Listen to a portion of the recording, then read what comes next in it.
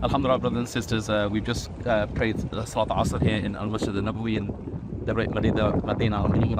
As you can see behind me now, thousands upon thousands of Hujjaj, lovers of the Prophet ﷺ, now coming past us slowly with great etiquette and adab, making their way to send their salat and the salam on the Messenger of Allah ﷺ, who is resting beneath that majestic green dome.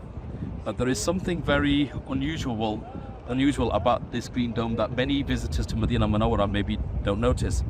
Directly underneath the golden spire at the top, you notice what seems to be a tile that seems to be protruding out towards the Qibla wall, which is not in line with the rest of the dome. It begs the question, what is that? Why is that there? And the answer to that, my dear brothers and sisters, is extraordinary. To help us understand that, we're going to go to one of the mu'ajizah, one of the miracles of the Prophet alayhi salatu wasalam, that is mentioned in Sahih al-Bukhari on the authority of Anas radiallahu anhu.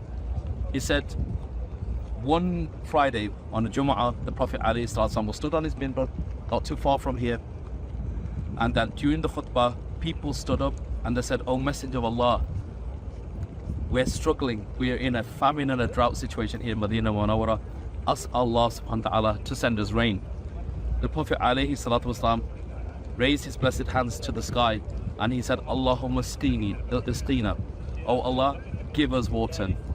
And Anas radiallahu anhu, he describes what happened. He looked up to the sky, rather like a sky, and it's very warm here, mashallah, about 45 degrees. I looked in the sky, and very much like now, the sky was completely clear. And then he said, after the Prophet ﷺ has lowered his hands, he said, clouds just suddenly started to appear above them, around Madinah al-Munawwarah, and it began to rain. Even to the point they said that as they were leaving the masjid after Salat al-Jum'ah, they could feel the rain around their feet and their legs. It was just raining and raining. Now picture this. Exactly 1 week later, again in Madinah Munawwarah, again the Prophet ﷺ is standing on his minbar, delivering the sermon and Jumu'ah khutbah. Again, people now stand up and say, "Oh, the Messenger of Allah, our houses are being destroyed. The rain is destroying our places where we reside. Ask Allah to stop the rain." Allahu Akbar. The Prophet ﷺ, he says, "Tabassama an-Nabiyyu sallallahu alaihi wasallam." The Prophet ﷺ smiled. Allahu Akbar. He smiled, and again he raises his hands to the heavens and he said, "Hawalayna laysa alayna." Allahu Akbar. He asked Allah subhanahu wa ta'ala for the rain to come around Madinah Munawwarah and not on top of Madinah Munawwarah. Again, Anas radiallahu anhu looks to the heavens and he says the clouds start to clear and turn into like a crown shape, meaning it began to rain around Madinah al-Munawwarah but not on Madinah Munawwarah. Subhanallah. Why am I mentioning this?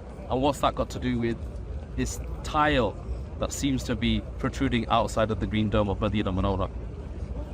Well, my dear brothers and sisters, there came a time when the Prophet ﷺ sadly passed away. And again, there was a qahat, there was a maja'a, a famine and a drought situation here in Madinah Munawwarah. The people, they came to our mother Aisha radiallahu anha, complaining to her as to what they should do. Look at her advice. She told them to open a window, a shubbak, between the resting place of the Prophet ﷺ and the sky and the heavens above.